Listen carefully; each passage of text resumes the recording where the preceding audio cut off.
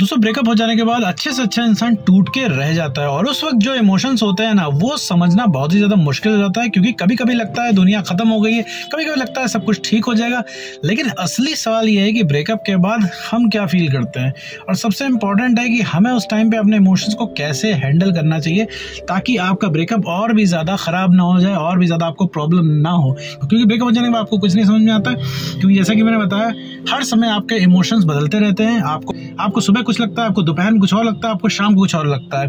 और आज इसी टॉपिक के बारे में पूरी डिटेल में बात करने वाले हैं और साथ में ये भी समझेंगे कि आखिर आपके एक्स पार्टनर को आखिर ऐसा क्या हो जाता है ब्रेकअप हो जाने के बाद कि वो इंसान आपको वैल्यू देना ही बंद कर देता है, वो इंसान आपकी जिंदगी से ही चला जाता है, उस इंसान को पसंद नहीं होता आपसे बात करना, चाहे आप जो भी कर लो। तो ब्रेकअप के बाद क्या फील करता है आइए जानते हैं इस वीडियो में। तो चलिए बिना वक्त गवाए इस वीडियो को शुरू करते हैं। दोस्तों मैं आपको एक सिंपल शब्दों में समझाना चाहता हूँ कि ब्रेकअप के बाद हर इंसान ऑलमोस्ट एक जैसी स्टेजेस से गुजरता है। मतलब हर इंसान का जो ब्रेकअप का फेज होता है वो लगभग सेम होता है। कुछ स्टेजेस होती हैं जो सबके साथ कॉमन होती है, कुछ चीजें ऐसी हैं जो हर इंसान फील करता है ब्रेकअप के बाद। हो सकता है किसी इंसान को थोड़ा सा ज्यादा गुस्सा आता हो तो किसी को थोड़ा सा कम आता हो, किसी इंसान को थोड़ा ज्यादा हर्ट होता हो, किसी इंसान को थोड़ा कम हर्ट होता हो। लेकिन ब्रेकअप हो जाने के बाद मेरे दोस्त प्रॉब्लम हर इंसान को होती है। जैसे मेरे दोस्त एक कहानी में कई चैप्टर होते हैं, चैप्टर्स में स्टोरी होती है, ठीक है। उसी तरह हमारे ब्रेकअप के बाद के भी कई चैप्टर्स होते हैं। कहने का मतलब ब्रेकअप हो जाने के बाद हम 2, 3, 4 स्टेजेस से गुजरते हैं। तो क्या है वो स्टेजेस, क्या है वो पढ़ाओ, चलिए एक एक करके समझते हैं। मेरे दोस्त सबसे पहली फीलिंग जो आती है ब्रेकअप हो जाने के बाद वो होता ही है यकीन ना होना। सबसे पहला फेज यही होता है, शॉक, कि आपको लगता है कि ये सच नहीं है, ऐसा कैसे हो सकता है, कि वो इंसान आपको मना कैसे कर सकता है। क्योंकि आप अपनी आंखों से देख रहे होते हो तो आपको यकीन हो जाता है, वरना अगर आप अपनी आंखों से ना देख रहे होते, अपने कानों से ना सुन रहे होते उस इंसान को, तो आप मानते नहीं। आपका दिमाग तो मान गया है लेकिन आपका दिल मानने को तैयार नहीं कि ये इंसान आपको धोखा देके जा सकता है, क्योंकि आपने कभी उस इंसान का ऐसा बर्ताव कभी नहीं देखा जैसा आज अभी ब्रेकअप के बाद आप देख रहे हो। मन में आता है कि कल सुबह उठ कर सब नॉर्मल हो जाएगा, लेकिन आप बार बार फोन उठाते हो, चेक करते हो, पुराने मैसेजेस को पढ़ते हो, कभी कभी तो आदत की वजह से आप कॉल भी कर देते हो उस इंसान को। लेकिन मेरे दोस्त से कुछ होता नहीं है, चीजें और भी ज्यादा खराब होने लगती हैं और भी ज्यादा तुम परेशान हो जाते हो, क्योंकि जब वो इंसान तुमको मना करता है सबसे ज्यादा वो चीज पेनफुल तुम्हारे लिए हो जाती है। और ये एक नेचुरल रिएक्शन है मेरे दोस्त, ये एकदम नेचुरल रिएक्शन है। जैसे कि मान लो किसी इंसान को कोई बड़ी खबर एकदम से मिल जाती है तो उसके लिए थोड़ा सा उस खबर को पचा पाना थोड़ा सा मुश्किल हो जाता है। वैसे ही ब्रेकअप के वक्त भी होता है, ये स्टेज थोड़ा दिन चलता है, इसके बाद ये चीजें धीरे धीरे एक्सेप्ट होने लग जाती हैं। साथ ही बढ़ते हैं दूसरी स्टेज की तरफ जो कि है दर्द और खालीपन। दोस्तों दूसरा फेज सबसे हैवी होता है, यहाँ पे असली दर्द शुरू होता है। आपको लगता है दिल पे जैसे कोई बोझ आ रहा है, रातों को नींद नहीं आती है, आपको खुद से आप सवाल पूछते हो आखिर तुम्हारी गलती क्या थी, आखिर इतना सब कुछ चेंज कैसे हो गया, वो इंसान मतलब इतना बदल कैसे सकता है, वो इतना निर्दयी कैसे हो सकता है, वो इंसान आपके इमोशंस को क्यों नहीं समझ रहा है। पहले तो ऐसा नहीं होता था, पहले तो सारी चीजें अच्छी थी, पहले तो सब कुछ बहुत ठीक था, वो इंसान आपके कहने पे चलता था, आपको खूब अटेंशन देता था। लेकिन अभी क्या है, अटेंशन तो छोड़ो, वो इंसान आपसे बात करने के लिए तैयार नहीं है। आपको लग रहा है कि सारा ब्रेकअप का दर्द आप ही को है, वो इंसान तो जरा सा भी परेशान नहीं है, जरा सा उसको लग रहा है उसका कभी रिलेशनशिप भी नहीं था, इमोशनल लेस कैसे हो गया वो इंसान।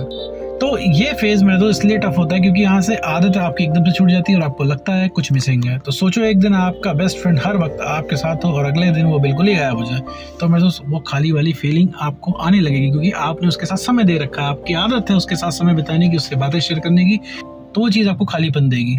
और ये भी फेज ज़्यादा टाइम तक नहीं चलता है मेरे दोस्त, ये भी टेम्पररी है, ये भी समय के साथ पास हो जाता है। फिर इसके बाद थर्ड स्टेज आती है, तीसरा पड़ाव आता है गुस्सा और सवाल। आपको लगता है कि उसने आपके साथ ऐसा कैसे कर दिया, आप अपने आप को ठगा हुआ महसूस करते हो, क्योंकि उस इंसान को कभी जरूरत होती थी तो आप हमेशा अवेलेबल रहते थे, लेकिन आज आपको जरूरत है, वो इंसान आपके लिए अवेलेबल नहीं है। तो इस चीज पे आपको बहुत भयंकर गुस्सा आता है। कभी कभी आपको एक्स पे इतना गुस्सा आता है कि आपको मन करता है फोन करके उसको 4 बातें सुना दो, लेकिन दिक्कत ये है कि वो इंसान कॉल नहीं पिक करता, कॉल भी पिक करता तो अगर आप उसको बात सुनाने लग भी जाते हो तो वो इंसान जहाँ आर्ग्यूमेंट हारने लगता है वहाँ फोन काट के आपको ब्लॉक कर देता है। और इसी फेज में ज़्यादातर लोग ओवर रिएक्ट करते हैं, सोशल मीडिया पे स्टॉक करते हैं, स्टेटस डालते हैं, इनडायरेक्टली एक्स को टारगेट करते हैं, और ये सब होता है। लेकिन याद रखिए मेरे दोस्त, ये इमोशन एक पार्ट है, परमानेंट नहीं है मेरे दोस्त। तो ये सब आपको नहीं करना है, ये भी एक स्टेज है, ये भी निकल जाती है। फिर इसके बाद आता है अकेलेपन का समय। ब्रेकअप हो जाने के बाद सबसे ज़्यादा जो चीज़ हर्ट करती है वो है लोनलीनेस मेरे दोस्त। दिन में तो मैं तो दोस्तों के बीच डिस्ट्रैक्ट अपने आप को कर लेते हो, लेकिन जब रात का टाइम आता है तो वहाँ तब आपके एक्स का ख्याल आपके पूरे दिमाग पे कब्जा कर लेता है। पहले जो रोज रात को कॉल होती थी अब वो साइलेंस में बदल गई है। इस फेज में ओवर थिंकिंग बहुत होती है। हर बात में मेरे दोस्त तुम अपने आप से ही सवाल पूछते हो कि आखिर तुम्हारे साथ ऐसा क्यों हुआ, उसने ऐसा क्यों किया, क्या वजह हो सकती है। तुमको ऐसा लगता है तुम दोबारा तुमको अगर मौका मिल जाए तुम सब कुछ सही कर लोगे, लेकिन मेरे दोस्त ऐसा कुछ भी नहीं होता है। ऐसी कोई ब्रेकअप की वजह ही नहीं होती है जिसको तुम सही करोगे। उसने तुम्हें जो भी बताया है वो उसकी एग्जैक्ट वजह नहीं है। तो इंसान सिर्फ तुमसे पीछे छुड़ाने के लिए तुम्हें इधर की वजह बताता है, जबकि रियल रीजन ब्रेकअप का कुछ भी नहीं है। सिर्फ रीजन अगर तुम पूछो क्या है तो वो है तुम्हारे सेल्फ रिस्पेक्ट का खत्म हो जाना, और कुछ नहीं मेरे दोस्त। लेकिन दोस्तों ये स्टेज भी जरूरी है, क्योंकि यहीं से आपको अपनी वैल्यू समझ में आती है कि आखिर आपकी वैल्यू क्या है। फिर आता है जो गलतियां जो सबसे ज़्यादा दर्द देती हैं। यहाँ एक इंटरेस्टिंग पॉइंट है, ब्रेकअप के बाद हम अपनी फीलिंग्स को हैंडल करने के बजाय कुछ ऐसी गलतियां कर देते हैं जो और ज़्यादा दर्द देती है। जैसे बार बार एक्स को मैसेज करना, सोशल मीडिया पर स्टॉकिंग करना, दोस्तों से बार बार उसकी बातों को डिस्कस करना, या फिर अपने आप को ब्लेम करना। ये गलतियां आपको रिकवरी में डिले करती हैं, और इस समय सबसे ज़रूरी है कि आप एक डिस्टेंस रखो, अपने लिए टाइम लो मेरे दोस्त, अपने एक्स को भी टाइम दो। फिर आती है आपकी छठी स्टेज, जो कि है धीरे धीरे एक्सेप्टेंस का आना। एक वक्त आता है जब आप एक्सेप्ट करने लग जाते हो कि हाँ रिलेशनशिप खत्म हो गया है, और आप समझने लग जाते हो कि लाइफ में सिर्फ एक इंसान इंपॉर्टेंट नहीं है, और किसी एक इंसान के चले जाने की वजह से आपकी जिंदगी नहीं खत्म हो जाती। यहाँ आप अपनी एनर्जी दोबारा हॉबीज में लगाते हो और अपने गोल्स में फोकस करते हो, और वहीं से मेरे दोस्त आपको अपनी वैल्यू समझ में आने लग जाती है। फिर आती है 7वीं स्टेज, जो कि है आपके साथ एक नया चैप्टर शुरू होता है। अब ब्रेकअप हो जाने के बाद सब कुछ से रिफॉर्म होना शुरू हो जाता है। ब्रेकअप के बाद एक वक्त आता है जब अपने आपको एकदम आप नया इंसान फील करते हो। शुरू में लगता है कि दुनिया खत्म हो गई है, लेकिन अब आपको लगता है ये एक नए चैप्टर की शुरुआत है, और आप स्ट्रॉन्ग बन चुके होते हो, ज़्यादा समझदार हो चुके होते हो, और सबसे इंपॉर्टेंट है अब आपको आपकी वैल्यू समझ में आ गई होती है।